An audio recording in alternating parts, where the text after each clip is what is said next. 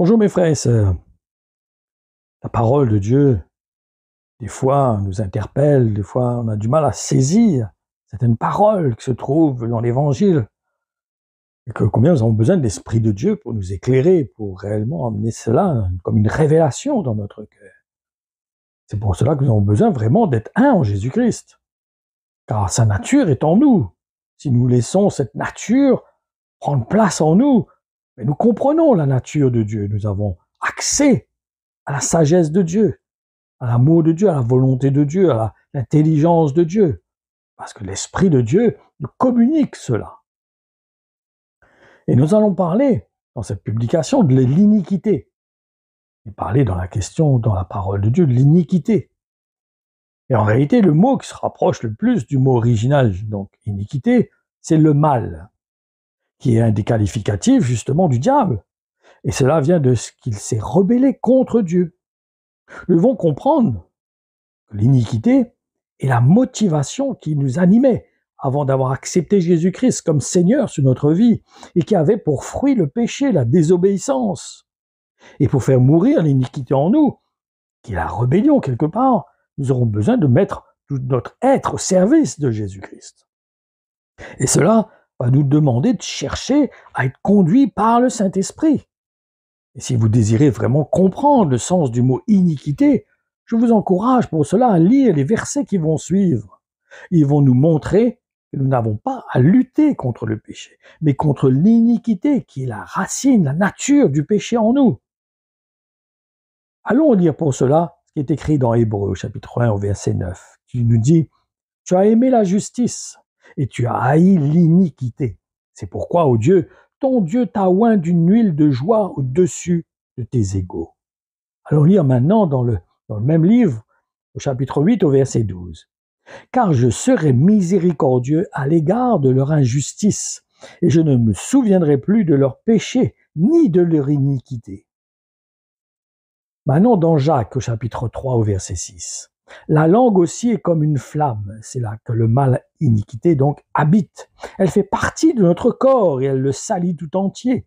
Notre langue met le feu à notre vie, de la naissance jusqu'à la mort. Ce feu vient du lieu de souffrance lui-même. 1 Jean 1,9. Dieu fait ce qu'il promet et il est juste. Alors, si nous avouons nos péchés, si nous les pardonnera, il enlèvera tout le mal, l'iniquité qui est en nous.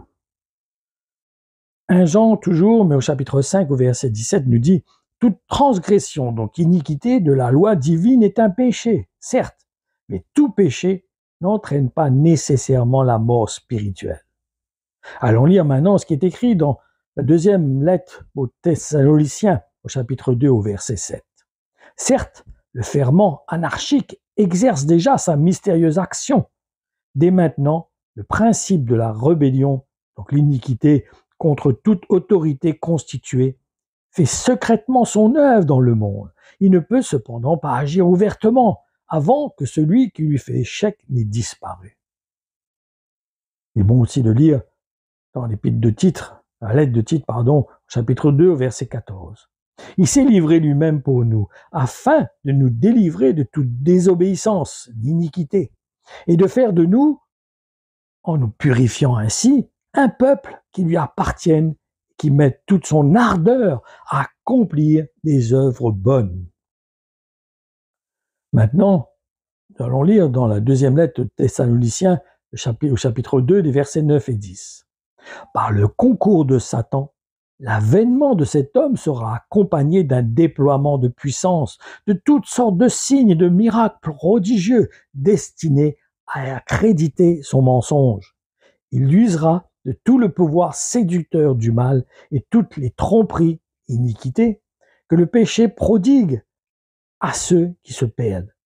Dans ces pièges tomberont ceux qui n'ont pas voulu ouvrir leur cœur à l'amour de la vérité, qui devait les conduire au salut. » Maintenant, allons lire dans la deuxième lettre à Timothée, au chapitre 2, verset 19. « Néanmoins, le solide fondement de Dieu reste debout, avec ses paroles qui lui servent de sceau. Le Seigneur connaît ceux qui lui appartiennent, Et quiconque prononce le nom du Seigneur, qu'il s'éloigne de l'iniquité. Maintenant, dans 2 Corinthiens 6, 14. Ne vous mettez pas capricieusement sous un joug avec les incroyants, car quelle association y a-t-il entre droiture et iniquité, et quelle communion à la lumière avec les ténèbres? Il est bon aussi de lire ce qui est écrit dans la lettre aux Romains au chapitre 6 et au verset 3. Vous n'avez plus le droit de mettre vos membres à la disposition du péché, ni de placer vos facultés à son service, l'iniquité, la nature. Il s'en servirait comme arme contre Dieu. Présentez-vous plutôt vous-même à Dieu et placez-vous une fois pour toutes à sa disposition. Offrez-vous entièrement à lui. N'avez-vous pas été arraché à une mort certaine et ressuscité à une vie nouvelle? Consacrez donc vos facultés au service de Dieu et faites de vos membres les instruments de sa volonté. Remettez-les entre les mains de Dieu afin qu'ils s'en servent comme armes pour accomplir ses desseins. Autrefois, en fidèle valet du péché, vous aviez placé toutes vos facultés, l'iniquité, la nature, du péché, et vos membres au service de l'immoralité, du désordre, pour arriver à quoi? Au mépris de toute règle, à l'anarchie morale complète, à la révolte contre Dieu. Eh bien maintenant, servez Dieu avec le même dévouement. Mettez tout votre être à la disposition de ce qui est juste. C'est là le chemin d'une vie sainte. Vous réjouirez ainsi Dieu. Maintenant, dans Acte 8, 23. Car je discerne que tu es dans un fiel d'amertume et dans un lien d'iniquité. Donc c'est cette nature, comme la parole de Dieu nous dit, le ferment, ce que nous mettons dans le lait pour faire des yaourts, tout ce que nous mettons dans la farine pour le faire gonfler.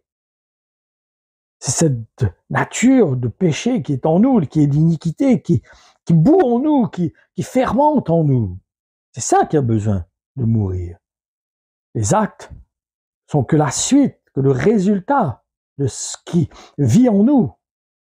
C'est pour cela que nous avons besoin du Saint-Esprit dans nos vies.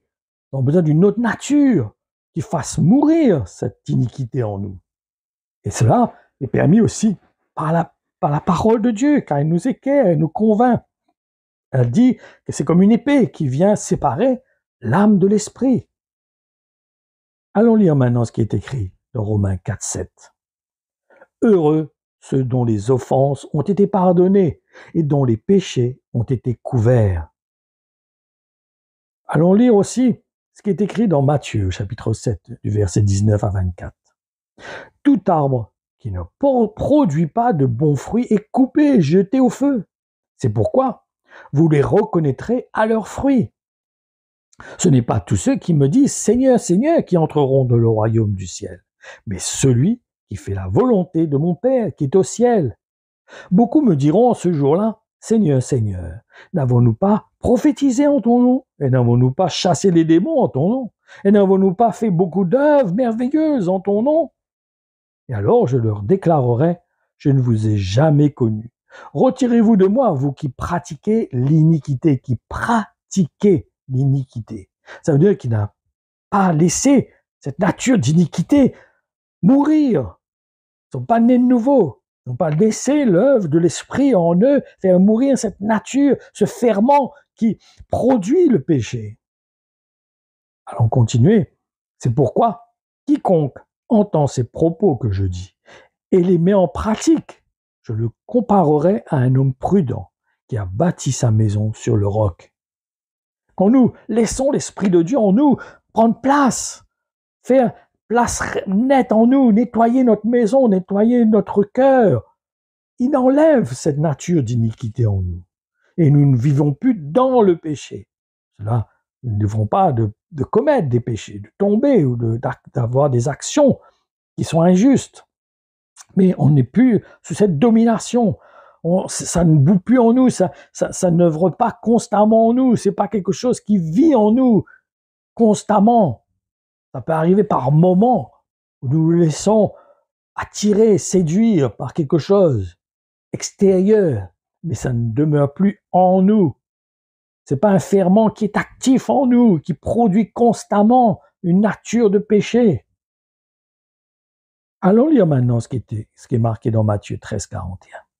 Le Fils de l'homme enverra ses anges, et ils élimineront de son royaume tous ceux qui incitent d'autres à pécher, et tous ceux qui contreviennent à l'ordre de Dieu, qui est animé par l'iniquité.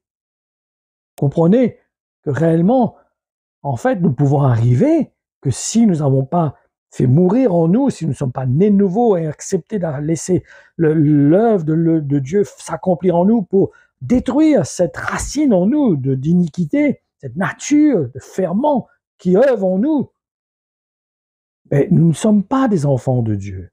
Nous ne sommes pas nés de nouveau. Et dans ce cas, nous pouvons emmener même d'autres à pécher, à tromper, séduire par de faux raisonnements, par de fausses sagesses, par de fausses compréhensions. Pourquoi? Parce que l'Esprit de Dieu, en nous, n'a point la place pour pouvoir nous convaincre, nous éclairer, nous parler. Nous sommes tellement mélangés avec tellement de choses, cette iniquité en nous, cette nature encore qui vit en nous, qui bout en nous. Cela nous empêche d'entendre, de discerner la volonté de Dieu. Pour cela, que nous avons besoin de naître de nouveau en laissant l'Esprit de Dieu faire mourir la nature de l'iniquité en nous, afin d'être sensible à la voix de l'Esprit et discerner la volonté de Dieu, avoir une sagesse, un discernement. Mais si tout notre être est mélangé, si elle est envahie de bien et de mal, de lumière et de ténèbres, s'il y a encore ce ferment d'iniquité en nous, nous ne pourrons pas discerner la volonté de Dieu. Nous ne pourrons pas entendre la voix de l'Esprit en nous. Pour cela, ils ont besoin de naître de nouveau, laisser l'Esprit de Dieu prendre place en nous, faire place nette en nous, afin que nous soyons cette maison qui a été nettoyée, qui est propre, et que la gloire de Dieu est là, et que l'Esprit de Dieu est là, et que nous puissions discerner sa voix, entendre sa voix, connaître donc la volonté de Dieu. Allons lire maintenant ce qui est écrit dans Matthieu 23, 28. Vous de même, extérieurement, vous donnez à tout le monde l'impression que vous êtes fidèle à Dieu, mais intérieurement, vous êtes plein d'hypocrisie et de mal, d'iniquité. Donc c'est important pour nous de discerner vraiment ce que c'est que la nouvelle nature. Et que nous avons été recréés en Jésus-Christ, que nous sommes en Jésus-Christ, que nous laissons Christ prendre place en nous.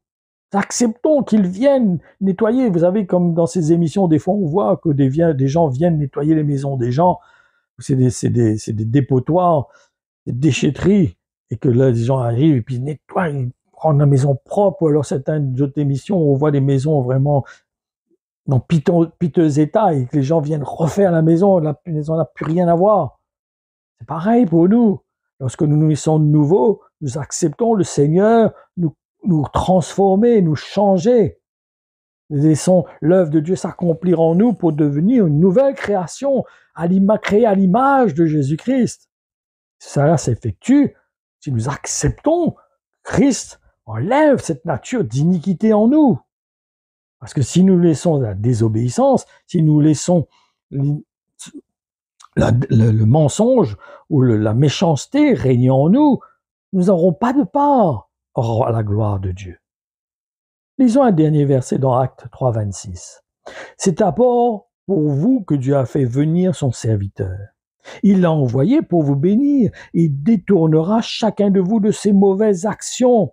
Il détournera de vous de ses mauvaises actions, l'iniquité, la nature du péché. Autrement, nous ne sommes pas des enfants de Dieu. Nous ne sommes pas nés de nouveau si nous n'acceptons pas cette œuvre en nous. C'est ça aussi que l'apôtre Jacques dit que celui qui a dit qu'il a la foi, mais qui ne manifeste pas par des actes, par des œuvres, il se trompe, il n'aura pas part au salut. Donc, comprenons que la nouvelle naissance, devenir un enfant de Dieu, un disciple de Jésus-Christ, qui a placé sa foi, sa confiance en Jésus-Christ, reçoit le Saint-Esprit, il laisse l'Esprit de Dieu œuvrer dans sa vie, le purifier, le changer, le transformer, enlever cette nature d'iniquité en lui. Mais si nous continuons à manifester l'iniquité, les fruits de l'iniquité, pardon, ça veut dire que nous ne sommes pas nés de nouveau. La nouvelle naissance, c'est recréer. Nous ne sommes plus la même personne. Nous manifestons un cœur pour être comme Jésus-Christ, ressembler à Jésus-Christ. Ça ne veut pas dire que nous sommes parfaits, comme je disais tout à l'heure, mais cette vie d'iniquité ne demeure pas en nous, elle n'est pas active en nous. C'est extérieur. Nous sommes dans ce monde, nous pouvons être séduits par quelque chose, attirés par quelque chose, tomber quelque part, même des fois, dans ce piège, dans des pièges qui se présentent devant nous. Mais la nature de l'iniquité ne demeure plus en nous. Nous ne sommes plus tributaires de cette nature. Nous ne sommes plus esclaves de cette nature. Nous devenons libres par la puissance du Saint-Esprit que tu as fait habiter dans nos cœurs, qui a agi en accord avec l'Évangile. Et nous nous soumettons, nous adhérons à l'Évangile. Nous ne faisons qu'un avec l'Évangile, parce que c'est la parole qui s'est faite chair. Donc, saisissons que l'iniquité, c'est la désobéissance. C'est le mal, la nature du mal, qui est le diable, qui s'est rebellé contre Dieu. Ne soyons pas des rebelles qui agissent selon leur propre compréhension, leur propre conception, leur propre sagesse. Mais soumettons-nous à la parole de Dieu. Soumettons-nous à la volonté de Dieu. Que le Seigneur vous bénisse. Qu'il vous encourage, qu'il nous aide chacun d'entre nous à nous soumettre, d'être comme Christ, qui s'est soumis à son Père jusqu'à la croix, jusqu'à mourir sur cette croix pour nous. Soyez bénis.